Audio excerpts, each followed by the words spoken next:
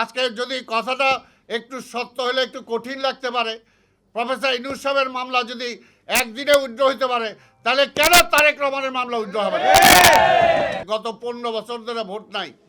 আবার কেউ কেউ তাদের মধ্যেই বলেন যে খালি ভোটের জন্য কি 5ই আগস্ট হয়েছে নাকি? আরে ভাই, ভোটের জন্যই হয়েছে। রাজনীতিতে যারা আইসা মাস্টারি করে, যারা খবরদারি করে, ওইটা যাতে না হয়, রাজনীতিটা যাতে প্রকৃত রাজনীতিবিদরা রাজনীতি করতে পারে, সেটা সংস্কার করেন। হাসিনার প্রেতাত্মা যারা আজকে বাংলাদেশে বিভিন্ন জায়গায় আছে, প্রশাসন সহ বিভিন্ন জায়গায়, তারাও আজকে ডক্টর ইউনূস সরকারের ট্রাফিক জ্যামে ফেলাই দিছে। ট্রাফিক জ্যামে ফেলে এনে ঘুরপাক খাইতেছে। আসলে যে কোনটা আগে করবে কোনটা পরে করবে, এখন বোধহয় এইটাই ঠিক করতে পারতেছে না। এটা তো সবচেয়ে লজ্জার ব্যাপার, সবচেয়ে দুঃখের ব্যাপার যে 5ই আগস্টকে কেন্দ্র করে যে ছাত্র জনতা যারা আহত হইল, পঙ্গু হইল, আজকে তাদেরকে মাত্র 3 মাসের ব্যবধানে তাদেরকে রাজপথে নেমে এসে তাদেরকে প্রতিবাদ জানাতে হচ্ছে। এর চেয়ে দুর্ভাগ্য তো আর কিছু নাই। দুর্ভাগ্যটা হলো এইখানেই যে তারা কোনটা আগে করবে কোনটা পরে করবে, তাদের চিকিৎসা না করে তারা আজকে ঘোষণা দিচ্ছে 250 স্টেডিয়াম করতে হবে বাংলাদেশে। বুঝেন, ওই স্টেডিয়াম করার দায়িত্ব তাদের। আরে বাবা, আপনাদের দায়িত্ব হলো একটা নির্বাচন করে, একটা গ্রহণযোগ্য নির্বাচন করে রাজনীতিবিদদের হাতে ক্ষমতায় ছেড়ে দেওয়া। আবার আরেক উপদেষ্টা দেখলাম বলতেছে রাজনীতিবিদরা সব হয়ে গেছে, বুড়া না, রাজনীতিবিদরা নাকি সব দুর্নীতিবাজ হয়ে গেছে। তা দুর্নীতিবাজ রাজনীতিবিদদের তো তারাই তো পালাই গেছে আওয়ামী লীগ। আর রাজনীতিবিদদের হাতে রাজনীতির ক্ষমতাই ছিল না। সংস্কার করলে ওই জায়গাটা করেন যে রাজনীতিতে যারা আইসা মাস্টারি করে, যারা খবরদারি করে, ওইটা যাতে না হয়, রাজনীতিটা যাতে প্রকৃত রাজনীতিবিদরা রাজনীতি করতে পারে, সেটা সংস্কার করেন।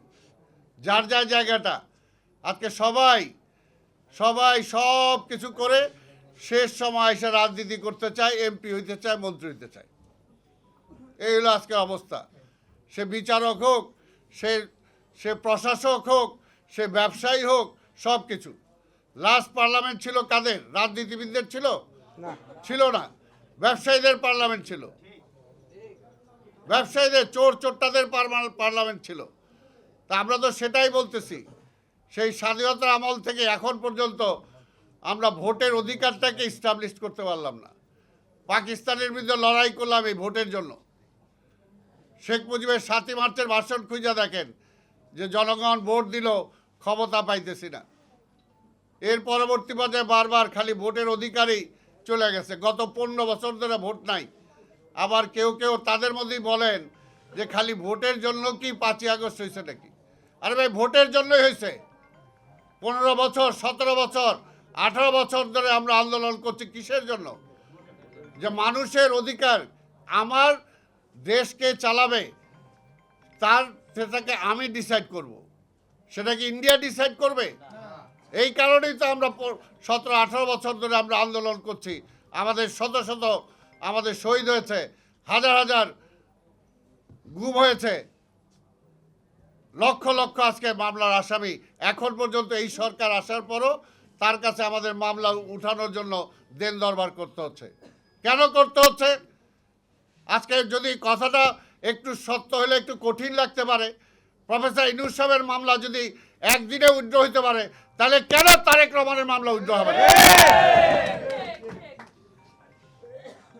আজকে যেমনি এই সরকার বাস্তবতা, এই সরকারকে যেমনি দেশে দরকার, আমরা চাই এই সরকার সফল হোক, ঠিক তেমনিভাবে আজকে আধিপত্যবাদের বিরুদ্ধে যদি রাজনৈতিক প্রতিরোধ গড়ে তুলতে হয়, তাহলে তারেক রহমানকেও দেশে দরকার।